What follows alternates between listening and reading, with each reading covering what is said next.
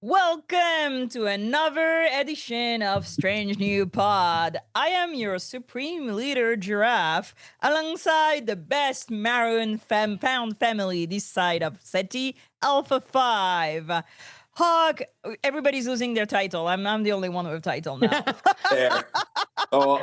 In this situation on that planet, nobody's got a title except one person. Yes, we're just surviving in here, right? We lost Julian, so And Eric.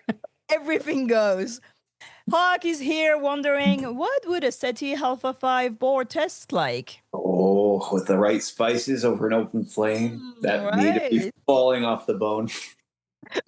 And MC is already writing a fan thing about Tuvok and Dr. Lear. I feel there's like some Vulcan human scientist thing to go here. Maybe. Who knows? Welcome back. How are we? Everybody surviving on these planets? Yes, we're doing all right. Avoiding the worms. Yeah, it's the Foreign Bureau of Strange New Pod is back, by the way. Yes, we're back at it. This week we're here to review the first 3 episodes of Star Trek Khan. Okay, now we've gotten that out of our system. But first, Hawk, we need to thank our amazing patron collective at the Ready Room level and above. Thank you once again to Simon Stager, Jeff Reeves, Tallulah, Jen Stein, Tina Alexander, Joe Saporito, Kang Wee, Takako Nagumo, Fernanda Nogales, SMK, Colin Davidson, Shatterhand 2049, Jesco, Michael Graham, Emily and Travis, Maggie Light, Wayne Ritz, Scone of Arc, Sean, Jay Howard, Mahalani Uchiyama, Matt Harker, Joshua Lewis, Tara Pollen, Slope 74, Rude Parakeet, Adam Sanders, Amy the Magic Snail, Aaron W. Carl Angoli. Aaron W. Sorry, Carl Angoli. Oh, I should put my glasses on for this, but I'll be fine. Michael Kwan, Caitlin, Elizabeth Dean, Jim McMahon, Sedano 317, Puka Hair, 3 Fries Short, Cat Tip, Tripping the Read Alert Over a Pineapple, Sean Manning, Asher at the Bat, Chris Waterman, RHCB, Martin Simpson, Norman Buckwald, David Prime Hildebrand, Taryn J. Robinson, Rob Grinair, Eric the Red, Trouble, Jamie Roberts, Honeyberry, Paul Taylor Pitt, Brett Jones, Michelle P., Margin Walker 82, Melissa Bartell, Jesse Robbins, Kim, Chris Finoglio, Felix Dax, Kelly McKinnon, Chief Petty Officer Snuggles, and Lisa Moore. Thank you once again for keeping the fires going on this terrible isolated world. Yeah, and of course, big thank to our Badmirals, our EPs who are still sending us rations wherever it is we are. Simon Steiger, Chris Waterman, Tara Paulin, Brett Jones, Dana, Matt Harker, Jim McMahon, Maggie Light, and Faith. Thank you. We'll make it through like the next time the Enterprise passes by, I suppose. Whatever that is. In news, I will be at LA Comic Con this weekend, starting Thursday night. I think that's why also we're doing our podcast on Monday. But I'll be there. It's gonna be my birthday weekend. That's if you're your around, birthday. it's my birthday. If you're around, please come say hi. It's gonna be fun. Any other news? There's going to be a new Trek Master Quiz on Saturday at 8:30 Eastern, and surprisingly, the topic is Khan. So everybody, check that out over at Trek Master Quiz's YouTube channel, and I will be there. Do we know who are the contestants? I do, but I've forgotten at the moment. Oh, okay. Because last week it was Julian. So I joined in. I watched it. He did good. He did. He represented. Nice. Yeah, the honor of the pod is safe. No other news? No. Okay, so today we're gonna review not 1, not 2, but 3 episodes of Khan. So across the first 3 episodes of Star Trek Khan, we follow the rise and starting of unraveling of Khan's paradise on Ceti Alpha V, all under the shadow of the augments trauma and the legacy of eugenics. In Paradise, episode 1, we met Dr. Rosalind Lear investigating Khan's story, and hear from Marla MacGyver, still lieutenant, not lieutenant anymore. Marla, we lived it. And we see the first cracks in the community when Hugo voices decent and is killed. There's going to be so many murders. Showing just how fragile Khan's vision really is. In Scheherazade, episode 2, a few weeks later, life in the camp tests everyone's loyalty. A boar hunt, another death, forces the group to grapple with loss. And Khan grows into mythic statue amongst these people with these fantastic scenes around the campfire.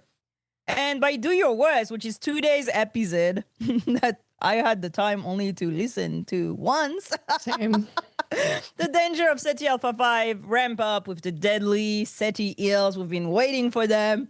And Richter's infection that ends up in yet another murder, shattering the last illusion of paradise and forcing Khan to confront not only the betrayals of the first 2 episodes, but the limit of his control.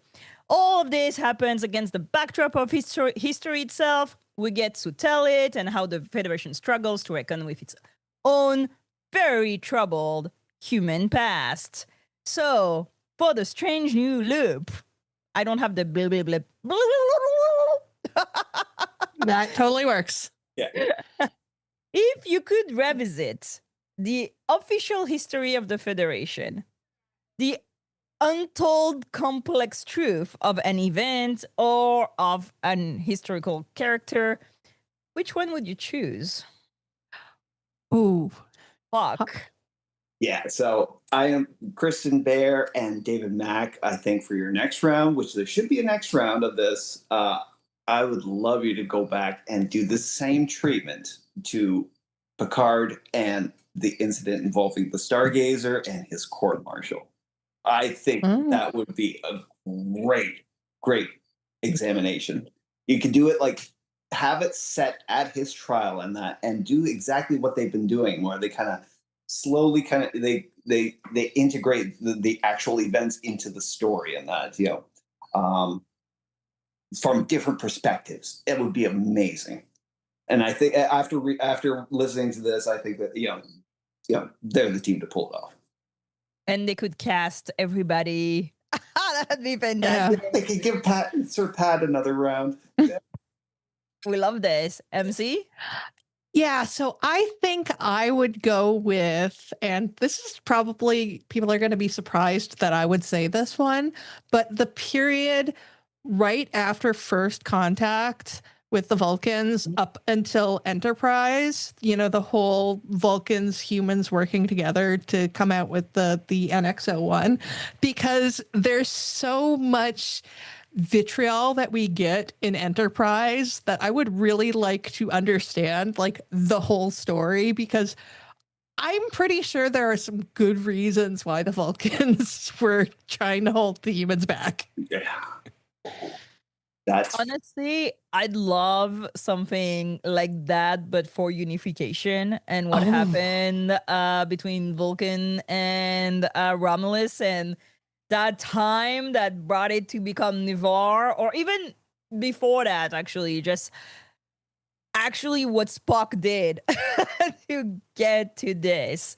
Or another like trouble character, I would love like an actual biography of Sela. Ooh, yeah. Because I feel there's a lot of like, I feel villains, like anybody that we consider bad by official history, that we learn in school and so on, is always a very complex situation in history, because everybody is like a person. So I like what they did with Khan, because you're like, oh, do I like that guy? But he's a mass murderer. I should not like that guy. So yeah, I think something like that. Any answers in the chat? No, I want to say hi to the chat because everybody that is here on a Monday, I salute you. Thank you so much. No answer in the chat. I don't see anything. But I think this is all great ideas. I hope somebody is listening and taking notes so we can get more audio drama. They're less expensive than a series. Do more. Or hire us to write them. Also, like hire MC to write them. I'm too busy, but I'm also not a good writer. Come on. And plus, like the fact that they can tap into like the actors that they have, because this is all under the official Star Trek banner. This is crazy. Yeah, we're gonna talk about like Andrew Naveen finally getting into Star Trek. Mhm. I was reading for Andrew Naveen to be Naveen Andrews. Yes. Naveen Yes. Andrews. Yeah. He has two other names I don't remember. 2 names, yeah. We'll talk about this, but I wanna start to speak about for me the main characters. The historians. So in the original series, Marla McGivers was torn between her Starfleet duty and her fascination with Khan. That is a little bit more explored into the audio novel. We see her again this time as a voice of memory alongside Dr. Rosalind Lear, who approaches Khan as an academic outsider. Both are historians, but only one of them leave the story while the other studies it. What do we think of these like context for a Star Trek story that it sees through the lens of history and the historians and the one who write it? Our order is going to be Hawk, MC, and then me. Yeah. Hawk. All right. So yeah, this was a fascinating way of delving into the characters, and that they'll get like a 45-minute window of opportunity in a serialized drama, and then like we never really hear from them again. So to explore Marla McGivers in this way, it is fascinating. Great, voice acting by Ren Schmidt, awesome. Yeah. Loved her from For All Mankind. Oh, that's right. Yeah, right? Sorry. They tapped into some serious talent for this. This is what's so impressive about this. But yeah, to give her like this incredible backstory about where she is, the decisions that she made. And I love the fact that they really kind of explored that her motivations and what happened in Space Seed. Her being on the Enterprise for a year, never really connecting with people in that, exiting a room, going to study and that, exercise, and then going back to her room and that.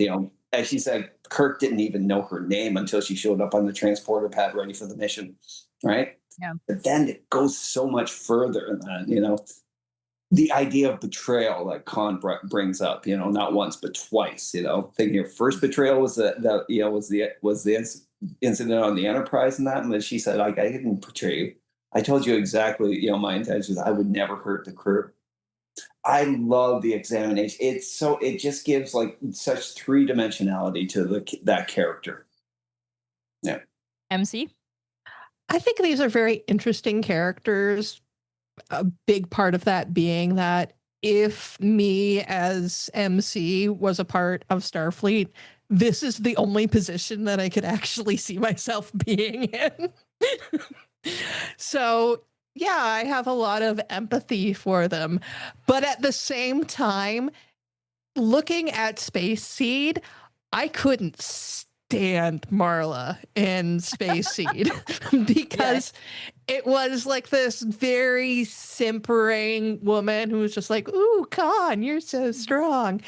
And in this, we see a lot more of her understanding why she would be intrigued by Khan and be willing to give up the Enterprise to go along with Khan, and seeing that she is not just this passive, simp for Khan, that she's actually going to stand up to him. And I think a lot of her is what is bringing out this humanizing quality in Khan, who is a mass murderer. Like, we have to remember that all of the time. But Khan he has is a feelings mass murderer. too.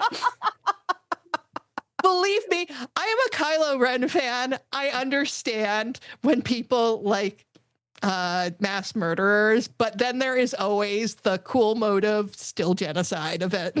Yeah. I think that I Marla MacGyver's is one of those characters that I've always wanted to know more, like see more, and have her like become an actual character. Like she's an historian. She's not like just gonna be like, can She sees the opportunity of studying a character of the past that is in front of her, and to be able to actually explore a testimony of one of the most troubled eras of histories of Earth, and she takes it. She has the balls, the ovaries, or whatever you want, like, to actually be, you know what? This is a one-time opportunity. And nobody on that ship is actually realizing this. Like, everybody is too into, Kirk and his, like, grandiose, like, saving the Federation or God knows what. Nobody is seeing Khan as a relic of the past, because it's a past that everybody wants to bury. Mm-hmm. And I really, really loved that the story is told from, we're going to speak about Dr. Lears after that, but in the idea of questioning the past and trying to know as much things as we can, and also that nothing is simple. Nothing is, black or white. Khan is an evil son of a bitch, but is also somebody with deep motivations, and that also was managed to just rally a bunch of people to do his bidding. Why? How? And I think this is important to know, because that's how you normally stop the things from happening again. Yeah. Normally. Yep. So I really like that Marla was giving a little bit more of, depth in the audio drama, and that she gets to actually explain why she chose that. And also that Kirk was a dick. Yeah. And I don't want to shade Ricardo Montalban, but Naveen Andrews, the way he's playing Khan, comes off as just so charismatic. And with the whole dynamic with the augments, you can really get like this cult-like leader thing going on. And so I can understand a little bit more why Marla would so quickly be like, do you know what? Gonna throw everything away to not only study this guy, but also, be with him, because he is just so absolutely charismatic. Yeah. And I think there's like something also kind of frustrating that I see in Marla, is that imagine right now, do you have the opportunity to actually discuss with, I don't know, Cortez? Horrible son of a bitch, right? But also somebody whose history was only given through certain lenses. And you get the opportunity to actually talk to the guy and to write down a history of like his own foretell, his own vision of the history. Sure, that's gonna be biased and through his own lenses. And everybody's like, no, let's maroon the guy. You'd be, what do you And it doesn't matter if it's biased, because the other version of history is already written down. Yeah, exactly. And I feel the frustration of Marla, that everybody, like Kirk, is so fast to be like, yeah, let's just like abandon them on a planet and never talk about it. And I think that's where like Dr. Lear is very, like, her position towards the Federation, and how the Federation is clinging to that official storyline. Meanwhile, we learn that the Kirk's log of Space Seed are all classified. I think it's the first time that Star Trek tells us that when a captain dies, everything is classified. That's crazy, isn't it? Yeah. Makes sense, though. Don't you think? I don't know. Usually, like, after a person dies is when everything comes out, Yeah.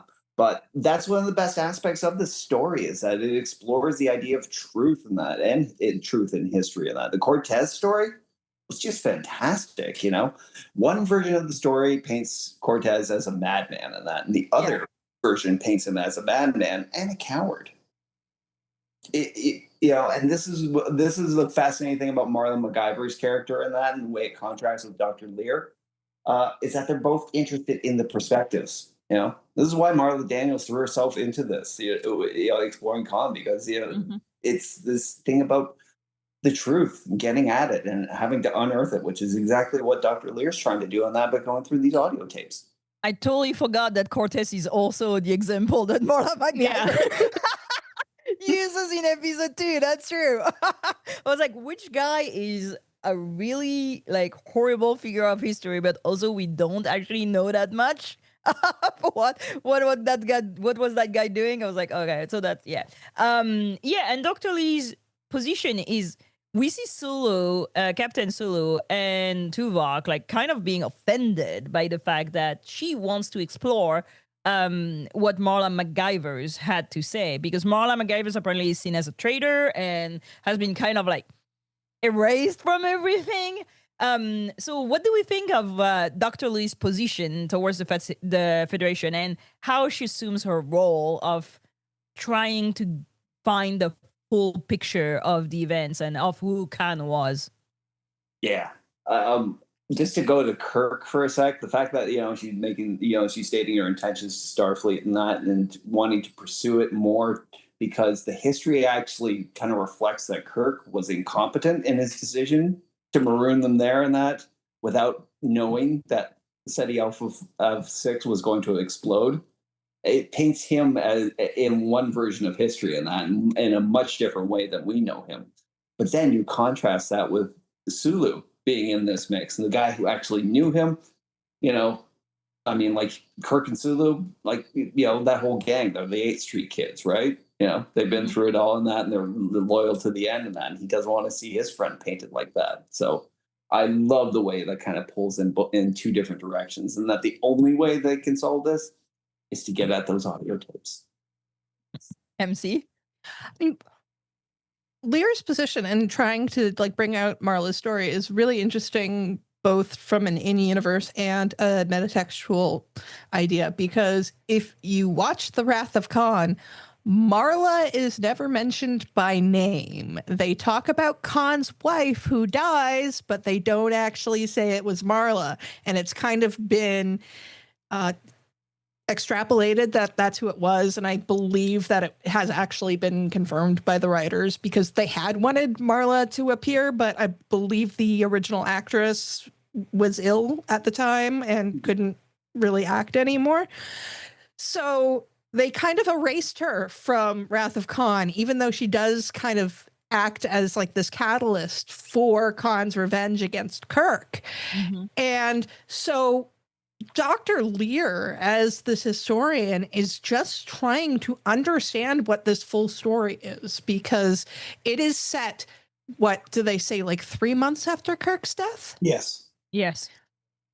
So it's not even all of that long after Wrath of Khan. I believe it's probably 10, 15 years, maybe. Yeah.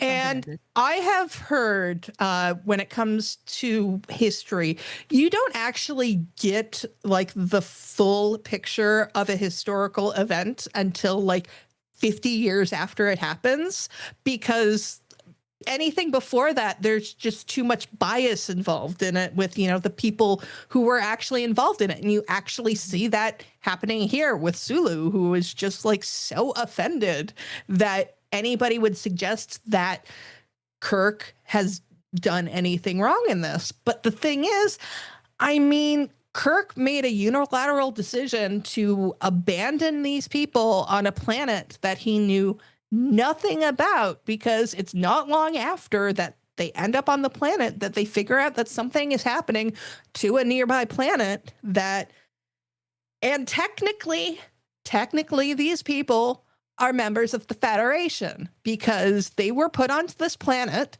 by a Federation starship, making them a Federation fucking colony. So they should have been looked after. If you're going to create basically an Australian penal colony in space, keep an eye on it to find out what's going on. Because also, we do find out in this, there are children involved. So we're abandoning children on a planet because of the actions of what is essentially one guy, because in Space Seed, Khan is the one who is orchestrating all of this that's going on. Maybe there's a couple of his lieutenants that are involved in trying to take the Enterprise, but it's certainly not like what is it, like 80 augments or something like that? I think that is 72. 70, Oh, 72. Trent's getting mad that I can't remember that number. 72 torpedoes. Gonna have to write that down so I can use that in the Trek Master Quiz. But yeah, so that there's so many people who are not, we find out in this, absolutely are complete innocents who never had any part of. We still need to find out more about the eugenics war, because they're kind of not really getting into all of what happened there. There's so much. I heard a phrase once called nesting Rashomons, and that's really what's going on here, because you've kind of got these 3 time periods going on, and 2 people trying to find out all of the shit that's going on in these different periods. And certainly there's going to be some very differing opinions, but the one thing I'm sure of is that there's a lot of people who did not deserve to be abandoned on Seti Alpha V that Kirk just abandoned. Where is the Cerritos when we second need contact. second contact? So these perspectives like reflect the sanitized authoritative version of Khan's story, which I really appreciated in that audio drama, is that we see the tension between the official history and the lived experience, but also we kind of start to see the cracks in what the Federation wants everybody to learn, believe, adhere to. I don't really know how to say that, but when we hear even Tuvok, who is young, he was not here during the event of Space Seed, so it's things that he learned by himself or like at school, right? And his vision of like, why would you go and try to understand this is kind of like beyond him. But also I liked, I mean, we talked a lot about Sulu already, but I like how that show is slowly changing also our perception of Sulu, because I was really surprised when I heard him go, Kirk was a great man. I was like, listen,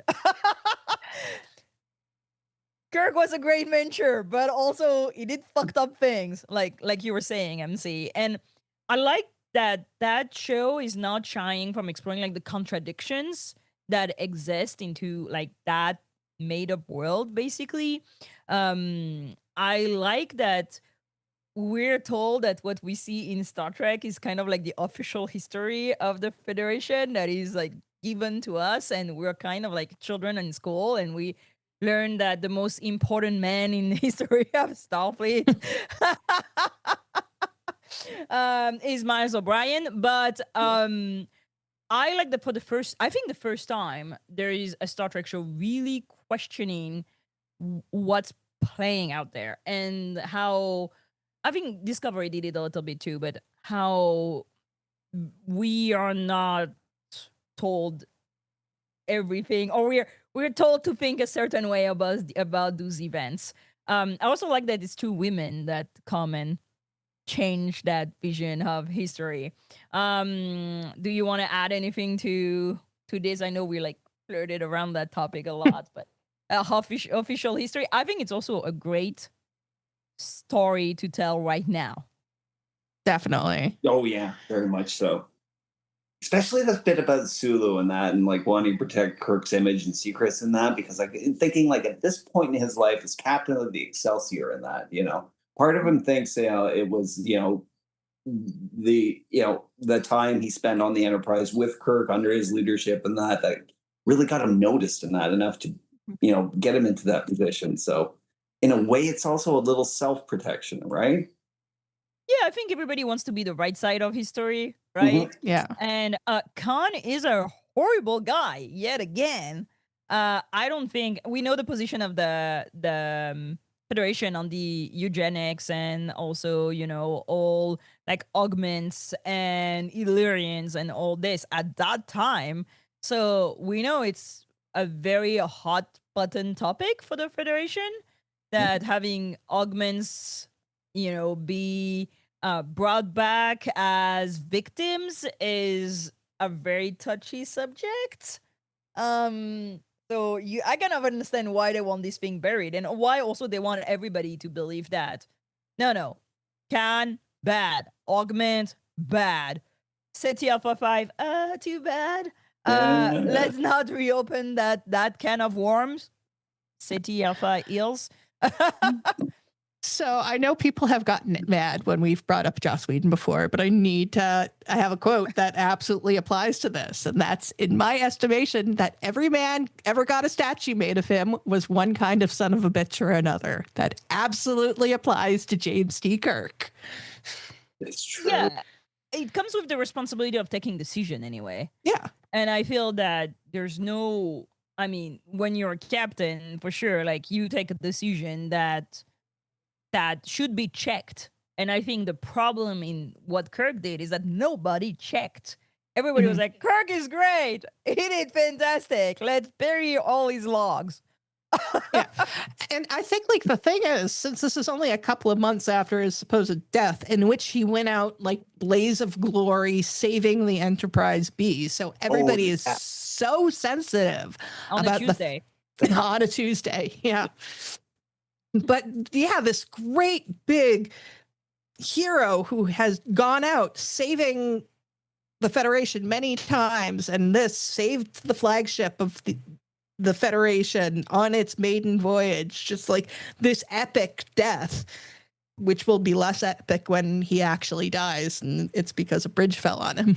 But yeah, bringing up the story now of him maybe mishandling this thing. And the thing is, I feel like in Wrath of Khan, like Kirk even like recognizes some of what happens with Khan is his fault. It's just, it ends up getting buried very quickly under the fact that like he, you know, tortures Chekhov and he kills Spock. So like a lot of shit happens in a very short amount of time.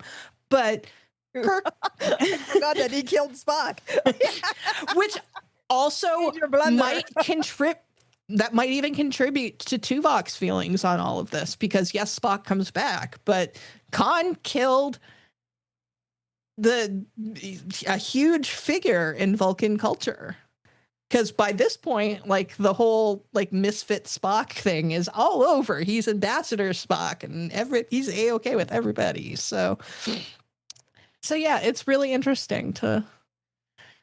So, speaking of guys who end up having a statue, beyond not a statue, I imagine his statue fell, but beyond the Federation record lies Khan's own story, and that of augments who followed him. They talk in the audio drama about like those labs where augment children were raised, where the women were sterilized, where like all these horrible eugenics were forced onto those children. And episode 1 to 3 really show them building a community, struggling with loyalty, telling myths, telling their own story. We see they're all from a different part of the world also, and also how they're fracturing under pressure. This is the side of history that was never officially recorded, that of how the augment really felt about what happened to them and how they were, quotation mark, forced into the eugenics war. What do you think of the portrayal of the augments between like the family, the colony, and the cult? Well, they're explored more as actual characters in that, and it's like, yeah, it gets away from that whole myth of that all the augments were just super soldiers, you know. Richter, and that his talents as an augment in that lay in painting and artistry, you know.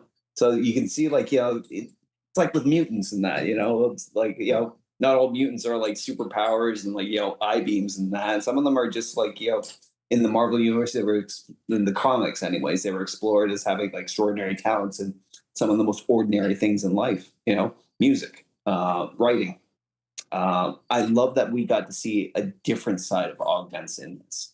There were, in a way they were, they have a weird kind of culture to them. You get the extremes like Ivan, right? Ivan is definitely a fucking problem in this story. Ivan is a problem. Yeah. But on top of that, they're as characters now. They actually have rich emotional lives and that, their loves and connections and that, and they're passionate people and that. We see a lot of Khan, like like how passionate a person he is, and that it's just his passions. Just they just flare higher than everybody else's. MC. Yeah, using the terms family, colony, or cult is perfect because absolutely it's all three of them. Like they are a colony. They're kind of an unwilling colony because they get just kind of abandoned on, Space Australia. Sorry, Davey, but it's Space Australia. Space Australia. But they do have like this incredible closeness to them. Like Khan says outright that Richter is like a son to him. But at the same time, there is just this godlike reverence of Khan to the point of Marla having a conversation with, I believe it's Joaquin, about believing in a higher power, and he believes in Khan. And as I'm listening to it, I'm like, this is some like real Jonestown shit going on. So it is incredibly interesting because you are made to care about the augments, and you do see how they are not just these super soldiers, but at the same time, there is this this disquieting idea of them as a cult. And I think that's actually very truthful to cults, because that's the whole reason why people get into cults in the first place, because they have a sense of family there. And these are people who were made to not fit anywhere. They were created as experiments and they were rescued. So they finally have a place where they belong, and they can actually be made to feel quote unquote normal, because you have women who were sterilized and now here they have a chance of maybe being able to reproduce because they are trying to figure out some way that they can carry children. And yeah, there's just a lot going on that it's very, very heavy. It's not totally what I was expecting when I heard that they were going to make this Khan audio drama, but I'm enjoying that more than I'm enjoying the stuff about Khan. I mean, I want to know more about these other augments. It was that moment between Marla and Joaquin after Joaquin, his father's body is brought back to camp. Mm-hmm. He's angry, right? But he can't even get it in his mind to be angry at Khan. It's like, how could I be angry at the Khan? That really like explored the whole thing about the cult figure that Khan was, and that. And it doesn't sound like it's something pre-programmed either in that. It's just like, the adoration that they have for him, and that they're all free thinkers, and that it's like it's not total brainwashing in that, but it explores Khan, like the charisma you mentioned before, and that it's like it's just I think it kind of means to help wrap Marla's story about going off with him and that, and to do this into more kind of a context. I don't know where I'm going with this, but I mean, honestly, I'd probably want to follow Naveen Andrews. Yeah, exactly. That's what I was gonna say. Like he's killing it with the voice and everything. And you know what? We don't even see him, but like he has such kind eyes. Yeah. Like I would love to actually see him play that, because absolutely. I feel that this story also, what I really like in the augments and why I chose like family, colony, or cult is the danger of stripping people from their identity. So they have these people that they've made super intelligent, right? They're really smart, but also they've stripped them of everything that makes us human, like the ability to create connection, to have an identity, to know who we are, to have a family. And we see that a little bit with Doll in Prodigy, that utter despair to learn that you don't have parents, that you don't come from anybody except a scientist and a test tube. And so you have all these people that are disconnected, but become connected by Khan, and Khan gives them that purpose, that identity, that family, that idea that they're valued as a person. He knows every single one of their names. He went and rescued the children into the lab, like that's a story they tell, and he is the only one who cared for them as a person. So he has like an absolute grip on them. We see when Hugo descends, he's murdered not by Khan, but by Ivan, right? Because there are people that need to protect this link that they've created at all costs. Because without Khan, they're nobody. They're again like a machine. They're again a tool, like something that was created. And that's where we really start to explore Khan's leadership, because we see him like sometime as a visionary, like somebody who can see in Seti Alpha possibilities, but he is also kind of a tyrant. He gives like that speech to everybody, and they all immediately fall in line. So what do you think of like that position of Khan inside of the augments? It's a crazy exploration of it, and that, yeah, there's the speeches and everything, there's the positions he takes, and it's almost like these verdicts that he hands down. The dissent, he kind of quashes that, right? And yet, like, his fault that Ivan so right now is so devoted to him, that like the insult that Khan manages to brush off, he can't even let go of that. But he gives Hugo the ability to come back. He pardons him, like, Yeah. hey, Hugo says, "I'll go find the gravel, like for the build Coliseum." your arena. Yeah. Yeah, exactly. He acquiesced to his will, but Ivan couldn't take that. This was Khan. It's like, there should never have been like a dissent in the whole thing, and that it's yeah, it's such a weird exploration of devotion. And like I said, these are hyper intelligent people in that, but this man, it's like it's his passion for them and keeping them alive, and that inspires them and inspires back. It's like a weird feedback loop, of loyalty. He's mythical at this Yeah, level. Like we see that during the campfire. He's like a mythical entity for them, sure. like the Yeah. blueprint. Yep. Take it. Oh, and you can see it in this. It's like the boar attack, and that the first thing he did was to draw the boar's attention to him. This creature he'd never taken on. He just didn't care, and that as long as it was focused on him, yeah, other people were safe. MC. Well, we're always told in Space Seed about Khan's megalomania. And we see tiny little bits of that with him in this position. But even more so, we do see him as a boots on the ground leader. Like he's going out and doing rescue missions of people, and he's actually being a judge for things that happen.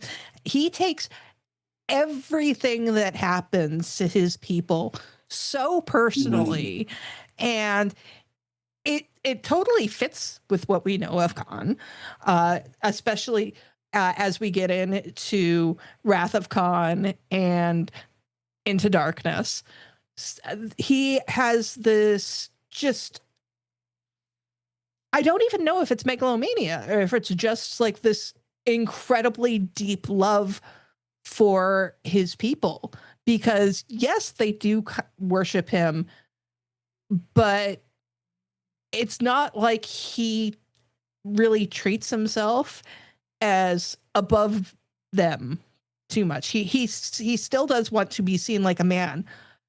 Possibly that is because so much of what we're seeing is from Marla's point of view. So Khan is very much trying to treat himself as, I'm just a person. But it is like this weird dichotomy of Khan, the epic legend, and Khan, the man who is just the leader of these people. Oh, go ahead. Sorry. No, I was gonna say, like, it's also the question about eugenics. Like, there's one thing that is like told a little bit in episode 1 and then never kind of touched like in the next episode. It's like, yeah, the augment are his people because they're superior. And he wants to make more augment. That's why it's important that the women are able to bear children. And there's this question of like, why is Marla here? Is Marla here in case that doesn't work? Is she really here because she helped and he likes her and he thinks she's brave? But there is this idea also, he's one of the people because they're all augments. And I don't think he was feeling like one of the people when he was on the Enterprise. It was there's clearly this looming shadow of supremacy of the idea that the augments are better and that it's the only people that he always wanted around him. During the eugenic war and when he ruled, it's also like the goal was to have only people like him around him.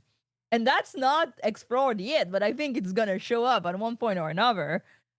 Especially with Marla realizing that there's a double, like there's another face to the same coin on everything that Khan does. And once this realization comes on that, well, she's not sure why, she knows why she's here, but she doesn't really know why Khan wants her here, then you can see everything that Khan does under this light. Like, he jumps in front of the boar because it's at a moment where people start to doubt him, and now they're all idolize him, right? He supports like the pregnancy of Ursula because he wants them to be happy, but also that's more augments. So I feel there's an untold yet kind of tension about what everything that Khan's does that we just see here and there, but is not yet told. I think also choosing to tell the story of Scheherazade is incredibly interesting with the Khan and Marla dynamic, because Marla kind of does have a Scheherazade thing going on right now where it's like she's interesting to Khan at the moment, but who knows like what would happen if he were to suddenly lose interest, because they've already made it very clear that the only reason why Marla is allowed to live is because Khan likes her. Yeah, and it goes way beyond that too. I mean, like, if she is terrified something is going to happen to Khan, if he dies in that, and her position in that colony in that is tenuous at best. Like she's alarmed her quarters. Yeah, exactly. People started to isolate themselves away from her in that after the whole thing when Khan caught her with the communicator. They followed his lead. He was angry with her in that, and they ended up following his lead in that, in that. So she is absolutely Scheherazade, and it's weird because it's set against this whole background of like just this raw prehistoric world and that a world without history. That these people are there to write, and like, what's her place there? But she can't have a place because she's not an augment. Like, it comes back to the eugenics of it. Even if they're not talking about it, she can be very useful. She can be really loved but genetically, she's not one of them. And that's where the whole thing about like also, how much of an augment is Joaquin, right? It's like, oh, but the human mother, and Khan kind of like, tried to set this apart because he knows that there are not enough of them. But I like the fact that they like Marla is like, they don't like me because, I'm not part of the club, but also it's a genetic supremacy. So she can do whatever she wants. There's no way for her to get into the club except making more babies. Which I think at one point or another, we're going to realize that, I don't know what happened to Marla MacGyver's, but I think it's not good. We're going to find out exactly what it is. And it's going to be nasty. I thought it might have had something to do with the Seti eels, but I think that they're going to go with something more interesting. I think so too. Speaking of Seti ills, let's talk about Seti Alpha 5.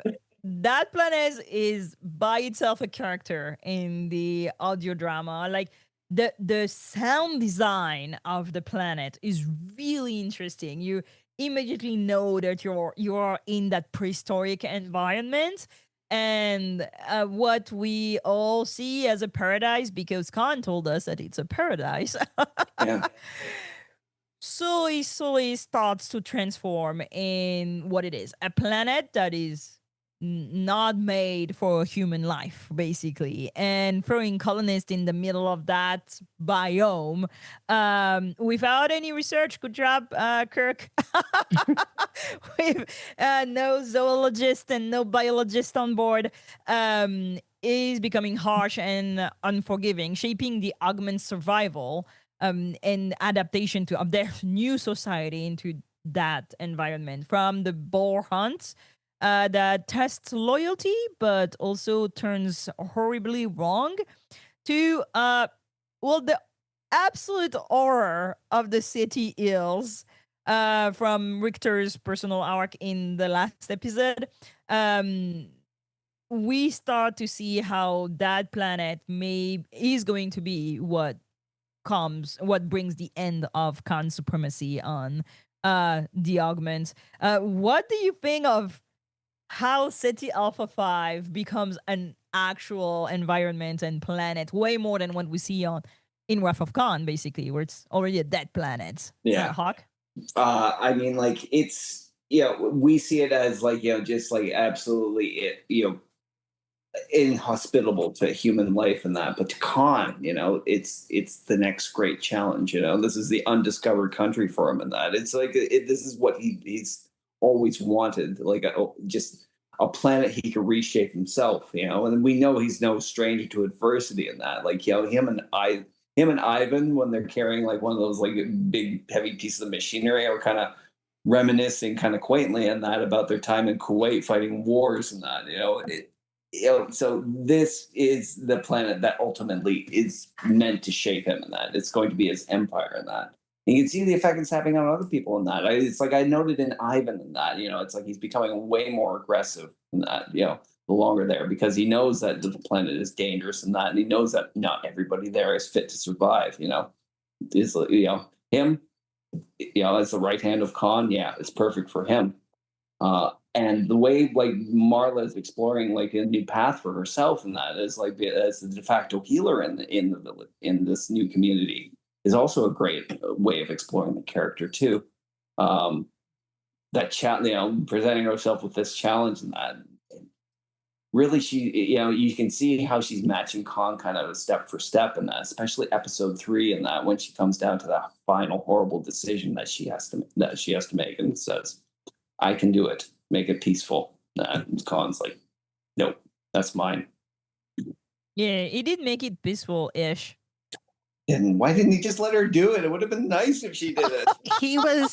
He felt he needed to do it because it was his responsibility as the leader, and he needed to comfort him in his last moments before he snapped his neck. The hypo spray wasn't available to him? I don't know. I do have to say, like, there is very much a Garden of Eden quality of Seti Alpha 5, because like in the first episode, which is called Paradise, this is where we're actually getting so much of the charismatic, Khan's just a misunderstood woob who saved all of these kids from all over the world.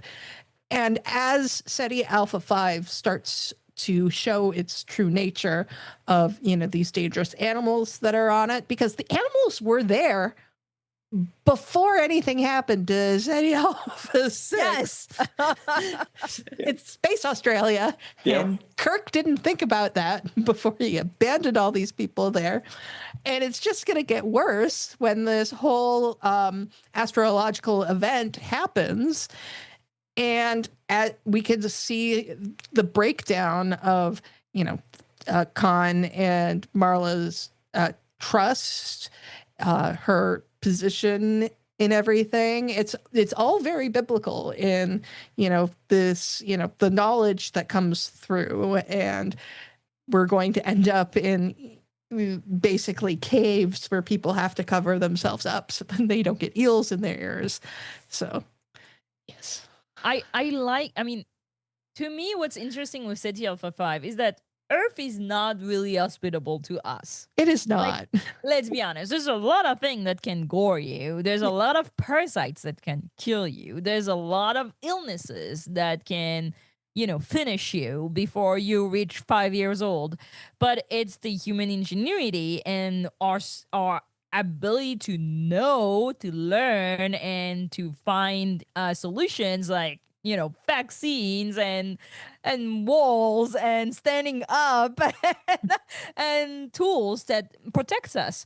And what is interesting is that the augment would be able to do all that if they would not have been dumped in a planet with zero information and zero ability to learn about the environment.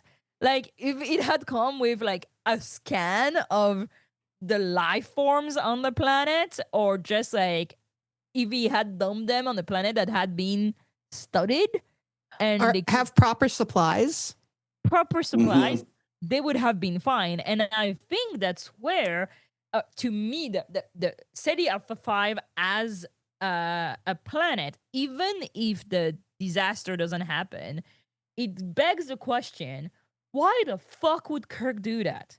Except if it were to let them die there. Because if I dumped you in Australia, sorry, Davey, in Australia, with no knowledge of Australia, with no local population that can help you, and barely any resources, you're gonna fucking die. A lot of people are gonna learn the wrong way. What is poisonous, what you should not touch, which animal lurks at night. And that's why it's terrible for the augments, because their life on Earth, they were made to be the top top of the food chain on Earth, and suddenly they're left there with nothing. And I think that the way Seti Alpha 5 is described, and the way even like the Seti Ills, you know them from the Wrath of Khan, but the way Richter's just wails and the sound and like the horror of everybody is so well done that I had chills. I was like, oh my God. When he was like, I can feel it. You're like, oh my God, this is so well done. And that's for an audio drama, I feel like these kind of scenes are what makes it or undoes it. Like, the way that last episode, the end, was so traumatic because everybody like did such a great job, honestly. Sorry. So taken together, these first 3 episodes raise big questions, right? About history versus myth, about loyalty and betrayal, about paradise and hells. And because we know where Khan's story ends, the Wrath of Khan, everything feels like it's pointing towards tragedy. I mean, no, it's not feels. It is all pointing towards tragedy. What do you think the episodes like this series is trying to do? Do you think it's going to try to redeem Khan, complicate him, or just explain him? I don't know if even the idea of a redemption of a character is ever possible, especially with Khan. In fact, I think he talks about this in the thing when Marla gives him that invitation to talk, to give his side of the story and that, and he just retreats away from it and that. And he's like, I'm not some old man and that, confessing his sins to his God on his deathbed and that. I think it's just a way of exploring the character in ways that we weren't afforded in his portrayals in Wrath of Khan and Space Seed and Beyond, Into Darkness. And we find out, I think by the end of episode 3, we find out a lot more about him in that, and that the idea of how adversity affects him in that. It doesn't cripple him. It doesn't, send him into despair in that. it just adds more fuel to that perpetual motion engine that he is, and that it's like, his tragedies become his causes, and that when that kid dies, he turns his attention back to Seti Alpha V, and that he says, I am going to conquer you. I am going to make you my bitch. And then, obviously, we see Not that. gonna work. Yeah, we see that same thing in Wrath of Khan, and that, it's like after the whole tragedy, still surviving. At that point, why go on? He just keeps going because that's who he is, and that his passions just drive him. They become his cause, and he, so much so that with all that augment, your powers and whatever, and that it just. He sets himself on a task in that, and by the end of it, we know that task was solely Kirk. He stayed alive just to get. Well, do you think like it's gonna be Kirk? I don't think it's Kirk right now. I think it's gonna become Kirk when Oh no! Right now it's Seti Alpha V. Pre-disaster, right? He is going to conquer this planet no matter what. MC. I think what I think they're doing with Khan on this, I think encapsulates all three of these and also does not include any of them. I think they're humanizing Khan, which I know a lot of people immediately when they say, oh, they're humanizing somebody, it's like, oh, they're going to make him a good guy. No, humans are very flawed, fucked up people. Mm-hmm. And Khan, if you look at him in Space Seed and Wrath of Khan and Into Darkness, he's very evil. Like they do have like these small moments of him being, well, not small moments. He's a very complex character. But in this, we're not seeing him as the villain. We're seeing him as swirling or that. Yeah, he is the protagonist in this. Yes, it is a protagonist that is through several different lenses, but he is genuinely trying to keep people alive. So while I don't think they're going to redeem him because Khan is a genocidal megalomaniac, but it does complicate him and explain him and just makes him more well-rounded. It's funny because, see, like, I would have agreed with all that until the end of episode 3. That's fair. I was really kind of disturbed by the fact that he wanted to be the one to kill Richter. There is no need for him to. I mean, he needs to kill Richter. Yes, they need to kill Richter. He's suffering. He's like, they need to mercy kill him, basically. But he also murdered somebody. But he could have told Ursula. Is it Ursula? I don't remember who that gives him tell him I can make him go. Oh, it was Marla. It was Marla. Yeah. Okay, give me the hypo spray, and I'll do it. Right?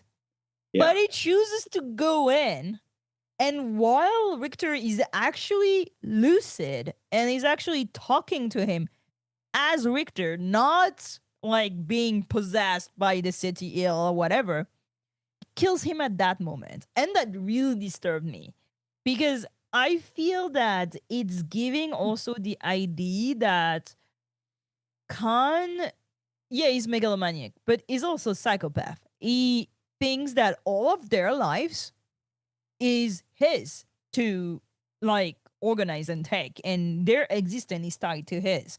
And he's distraught when they die of something else, basically, because that was not the plan. That was not how he envisioned that. And I think that it's a mask. It's the benevolent leader mask, but that guy is insane. And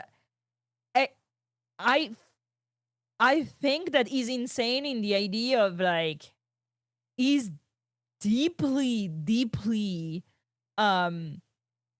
incapable of reading the world like everybody else. He reads it through his supreme leader kind of thing. And the fact that he was the one that needed to take Richter's life with his hands really threw me for a loop. I was like, oh, wait a minute. That is kind of fucked up. Because Richter knows at that moment like he knows if Marla would have like sedate him and just give him like whatever, you know, an overdose of something, then, you know, he would not have realized it. And I feel there's a little bit of like that Klingon thing where you need to die in battle, kind of. You need to, you know. And I was like, this is fucked up because Richter is a kid. This is literally I mean, he's not a child, but he's very young, right? He's like in his early 20s. He I said, think. "I considered you like a son to me."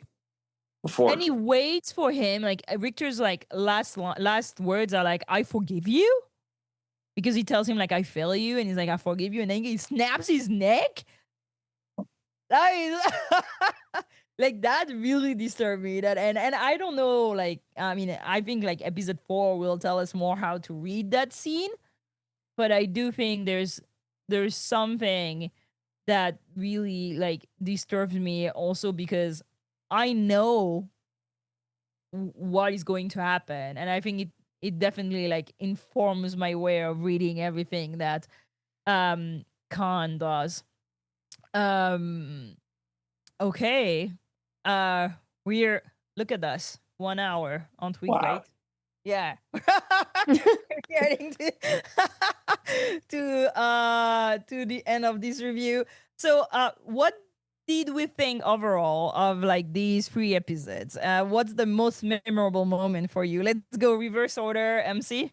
So I think the most memorable thing for me is just the fact that they're doing a Star Trek audio drama. I am so excited about this.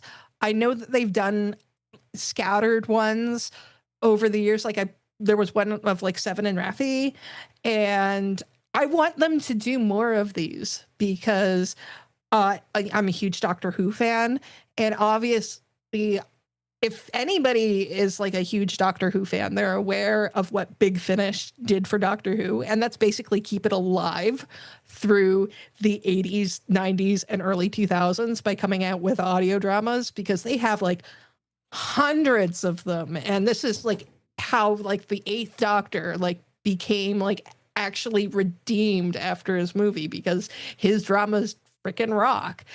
And there's so much stuff that Star Trek could do in this format.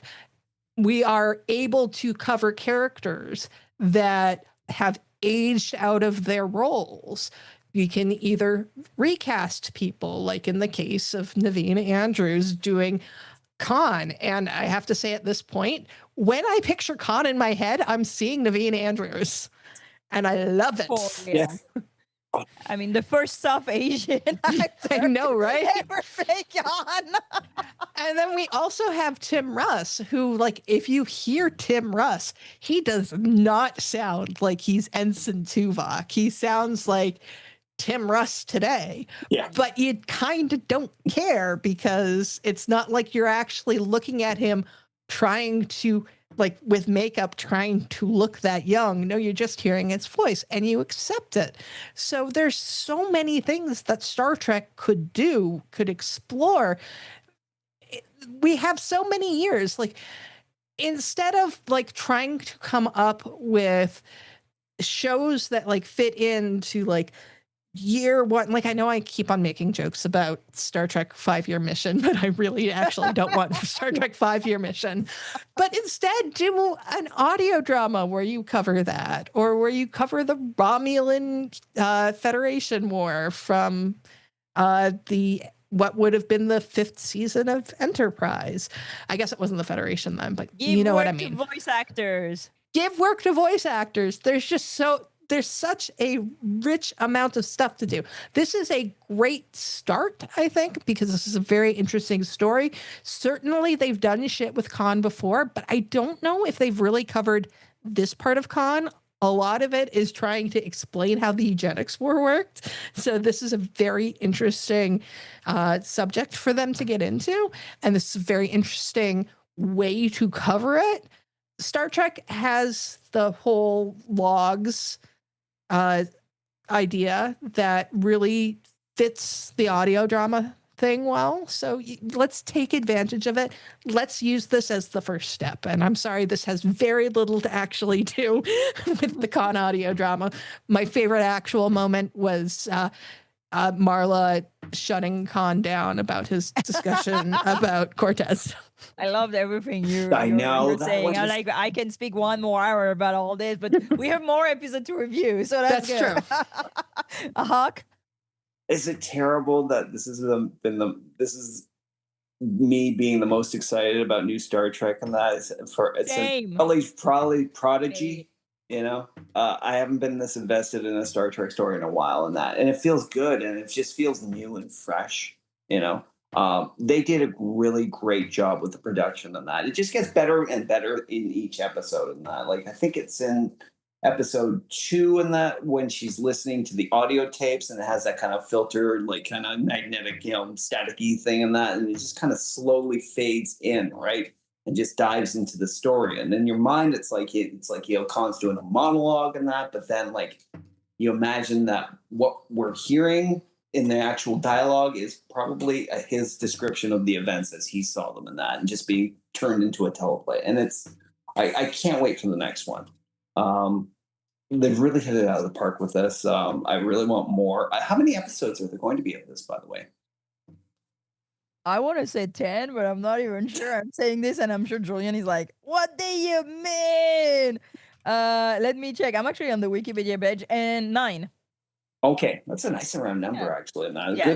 good lengths in that. It's gonna be, I think, 3 episode arcs. Yeah. As far as a standout moment, I mean, like that Cortez thing was definitely one for me. In that, let's see. I guess, like, if we want to explore it a bit more about the ending of episode 3 and that, and kind of how it defines Khan. It's like we're wondering why he had to do that. But like all the stuff you hear in between about the kind of person he was in perspective as like Marla Daniels. He doesn't shy away from anything hard or adverse in that. In fact, he needs to look it right in the face, and this is just who Khan was. And that this is the guy who conquered like, a third of like Earth or however much like he did during the eugenics war. And that because like he could have used a hypo spray, but he wanted to look death in the face and his decision in the face. God complex. Yeah. Very much so. And then as he turned his misery right back into rage against his new foe, Seti Alpha V. It really helps define, like you said, the God complex with this character. And I'm loving it. I can't wait for the next one. I totally agree with you both. I think I've listened to the first episode and I skeeted on Blue Sky that I have not been so engaged mentally and intellectually into Star Trek for a long time.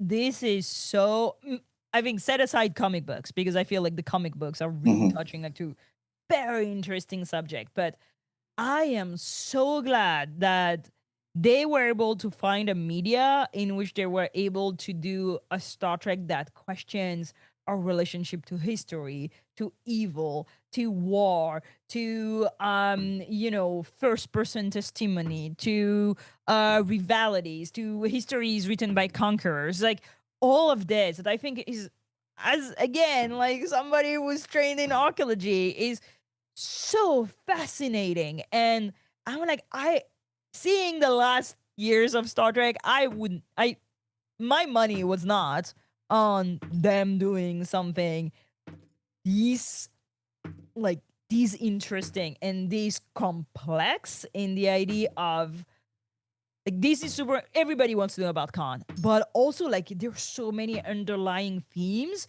that I find fascinating. Like you can enter and like that story by so many different avenues. Like, oh, you want a strange new world? Here you go. You want to know more about the augments because you like the episode in Enterprise? Here you go. You like John Harrison? Here you go. Wrath of Khan is most likely one of the most successful Star Trek movie ever, and there you go. And the quality of it is so good. I'm also think that they get away with touching to a lot of like, oh, how do we deal with men in power who thinks they're God? Because they're not on TV. And I think that it's not produced the same way than TV is produced. So there are less cooks in the kitchen, and they're able to tell a story that is basically not touched by 1,000 hands and retains its integrity in the storyline and how the character arcs and so on. And I know it's only 9 episodes, but I am so looking forward to it. And I want also to shout out the writers. It's David Mack and Kirsten Bayer. And Kirsten Bayer wrote one of my favorite Star Trek comic books called The Light of Kallus. If you've not read it, read it. And I think she does such a great job, same, exploring Klingons and like the inside works of the Klingon society that you never get to see in Star Trek because honor, I demand honor. They kind of like these kind of very often these one notes violence and antagonist. And The Light of Kal is such an interesting comic book. Like, she's so subtle in the way she talks about the complexity of faith, of societies, of relationships, of, I don't know, community. And you really see that in Khan. And David Mack, I mean, he's the guy who keeps Star Trek together, I think, at this point. I think he's the guy that everybody like texts when they have a question about continuity. So I'm very glad these two persons are writing this because it shows so much.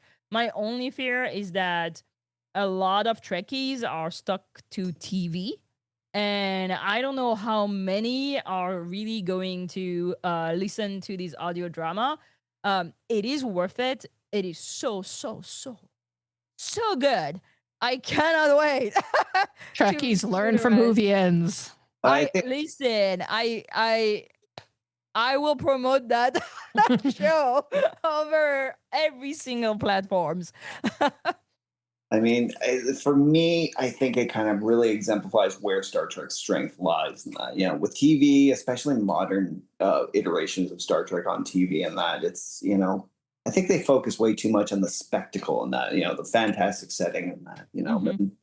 Star Trek, when you boil it down to it, and that it's like its greatest episodes and that were always just like, you know, dialogues between people and that, and ideas explored and that, you know, and they threw knowledge at you. You know, it's like, you know. Did you know what a drumhead was before that episode? No. Listen, exactly the episode I was thinking about.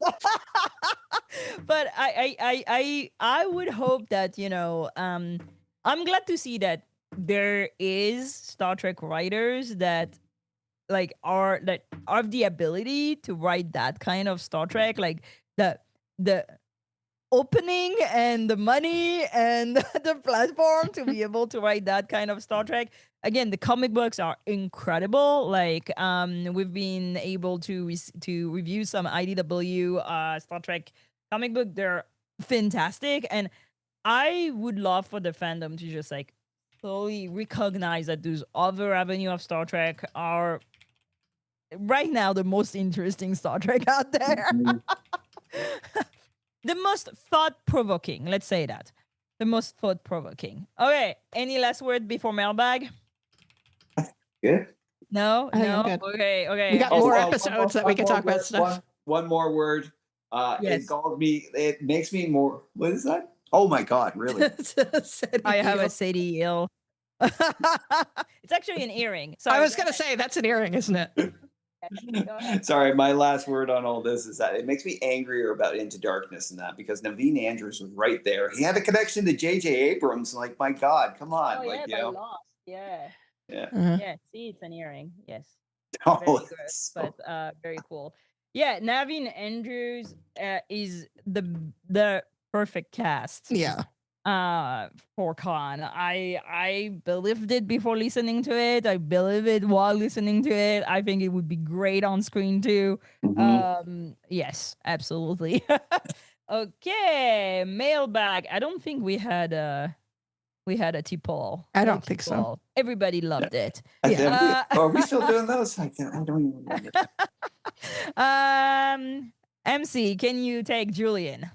Sure, Julian wrote, after the first episode, I was intrigued, if not a little bit skeptical, of Star Trek Khan. A lot of the voice cast in the first episode were good, but I found some of it to be a bit monotone. This all changed in the second and third episodes, where STK really finds its footing and begins to show us some of the horrors that await Khan and his followers on Ceti Alpha V. Huge props to Naveen Andrews and Ren Schmidt, especially as Khan and Lieutenant MacGyvers. Yep, agreed. It finds its pacing as it goes on. It's so good. Yeah, it's audio dramas are always like, it takes time to settle the first episode and like recognize all the voices, and it's kind of weird because they keep saying the name, so you're like, oh, that voice is that guy. Yep. That voice is that guy. But then it picks up. Hawk, can you take Casey? Yes, Cassie wrote, glad S&P is reviewing Khan. I'm sure we'll have already heard what it got wrong or right about the process of uncovering history, but if you have any closing thoughts, I want to hear them. I have mixed feelings about the first 3 episodes, but am invested enough to be excited to see where the story goes next. Naveen Andrews is fabulous as Khan. Of course he is. He's fabulous in everything. Saeed, man, he was the best character on Lost. Listen. Yeah. Fabulous in everything. My primary complaint so far is the sound design seems to be a bit all over the place. Very good in some places, and in others makes it so I can't understand what the voice actors are saying. Oh, can I throw in that it's very... I'm always complaining about subtitles, but that you have 2 options to actually listen and read at the same time. One, Star Trek has the Star Trek channel on YouTube has the podcast, and you can put the auto-generated subtitles, so you can read at the same time.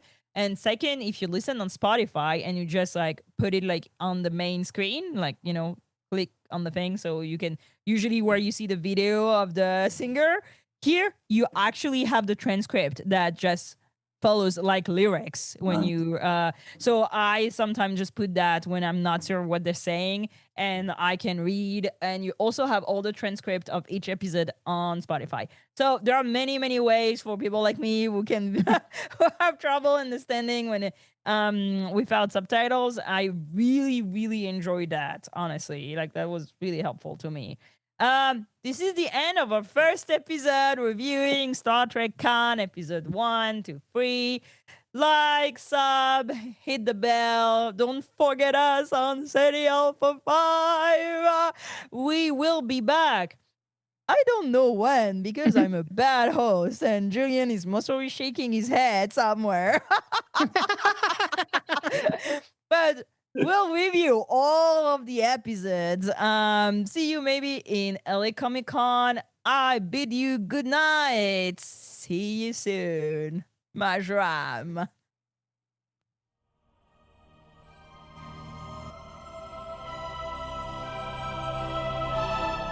Thanks for beaming into our podcast today. If you want to keep the hailing frequencies open, you can subscribe on Apple and Google Podcasts, YouTube, and Spotify. Like what you hear? Put in a good word with Starfleet and leave us a 5-star review.